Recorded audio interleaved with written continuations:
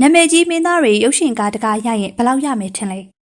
ပရိသတ်တွေအားလုံးပဲမင်္ဂလာပါရှင်အနုပညာလောကမှာနာမည်ကြီးနေတဲ့ရုပ်ရှင်မင်းသားတွေစကားတကားရရင်ဘယ်လောက်ရမယ်လို့ထင်ပါတယ်လေနိုင်ပိုင်းလောက်ပဲရှိတဲ့ပွဲတစ်ခုတက်ရင်တော့30နဲ့ချီရနေတဲ့အချိန်မှာတလားလောက်ကြာတဲ့ရုပ်ရှင်တကားရရင်မင်းသားတွေအနေနဲ့ဘယ်လောက်များများရှားလိုက်မယ်လို့ခန့်မှန်းမိကြပါလေပရိသတ်ကြီးလည်းဒီအကြောင်းနဲ့ပတ်သက်ပြီးသိချင်လောက်မယ်လို့ထင်ပါတယ်ဒါကြောင့်မို့ဒီဗီဒီယိုလေးမှာတော့နာမည်ကြီးမင်းသား9ယောက်ရဲ့ရုပ်ရှင်တကားရိုက်ရည်ဘယ်လောက်ရလဲဆိုတာကိုပြောပြပေးသွားမှာဖြစ်ပါတယ်။နံပါတ်6အလင်းရောင်မင်းသားချောအလင်းရောင်ဟာဆိုရင်အခုနောက်ပိုင်းရုပ်ရှင်ဇာတ်ကားကြီးတွေပဲရိုက်ကူးလာရသူလည်းဖြစ်ပါတယ်။နာမည်ကြီးမင်းသမီးတစ်လက်ဖြစ်တဲ့ဖွေးဖွေးနဲ့အတူတွဲဖက်ပြီးရုပ်ရှင်ကားပေါင်းများစွာရိုက်ကူးလာရတဲ့အလင်းရောင်ရဲ့ရုပ်ရှင်တကားရိုက်ရငွေဟာ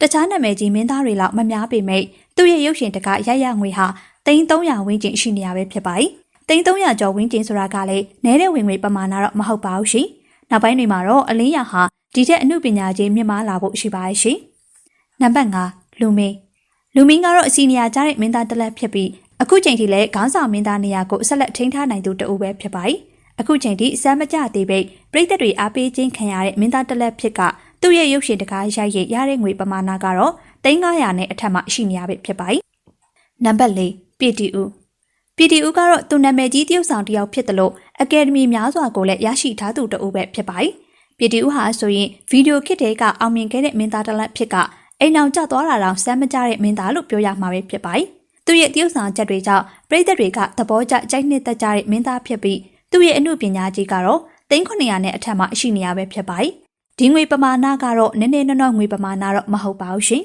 ။နံပါတ်3နေရာမှာကတော့ရခိုင်လူမျိုးမင်းသားတစ်လက်ရှိနေရပဲဖြစ်ပါတယ်။ရခိုင်လူမျိုးလို့ပြောလိုက်ရင်ပရိသတ်ကြီးလည်းသိနေလောက်မယ်လို့ထင်ပါတယ်။ဟုတ်ပါတယ်။နေတိုးပဲဖြစ်ပါတယ်။နေတိုးကတော့အခုချိန်ထိအောင်မြင်နေတဲ့မင်းသားတစ်လက်ဖြစ်ပြီးကြာရဇက်ရုပ်ကိုပေါ်လွင်အောင်တည်ဆောက်နိုင်သူလည်းဖြစ်ပါတယ်။သူ့ရဲ့အမှုပညာကြီးကတော့350ရရှိနေရဖြစ်ပြီးအမှုပညာကြီးမြင့်တဲ့မင်းသားတစ်လက်ပဲဖြစ်ပါတယ်။နံပါတ်2နေရာမှာရှိနေတဲ့သူကိုပရိသတ်ကြီးလည်းစိတ်ဝင်စားလောက်မယ်ထင်ပါတယ်။နံပါတ်2နေရာမှာကတော့ဟာတာရောအရှင်ရောစတဲ့ဗတ်ပေါင်းစုံမှာထူးချွန်ပြီးပြည်ပြင်းစွာတည်ဆောက်နိုင်တဲ့မြင့်မြတ်ရှိနေရပဲဖြစ်ပါတယ်။မြင့်မြတ်ရဲ့ဇာတ်ကားတွေကလည်းတကားပြီးတကားရုံတင်နေရဖြစ်ကမြန်မာနိုင်ငံရဲ့ရုပ်ရှင်အရာရစောမင်းသားတစ်လက်လည်းဖြစ်ပါတယ်။ရုပ်ရှင်ကားပေါင်းများစွာကိုမနာမနေရိုက်ကူးရတဲ့မြင့်မြတ်ရဲ့အမှုပညာကြီးကတော့900လောက်အထိရှိနေရပဲဖြစ်ပါရှင်။နံပါတ်1နေရာမှာရောဘယ်သူရှိမယ်လို့ထင်ပါတယ်လဲရှင်။ပရိသတ်ကြီးကရောအခုပြောပြပေးခဲ့တဲ့မင်းသားတွေကဘယ်မင်းသားကိုအကြိုက်ဆုံးလဲဆိုတာနဲ့မြန်မာနိုင်ငံရဲ့အမှုပညာကြီးအမြင့်ဆုံးမင်းသားကဘယ်သူဖြစ်မလဲဆိုတာ comment box လေးမှာရေးသွားပေးခဲ့ပါဦးနော်။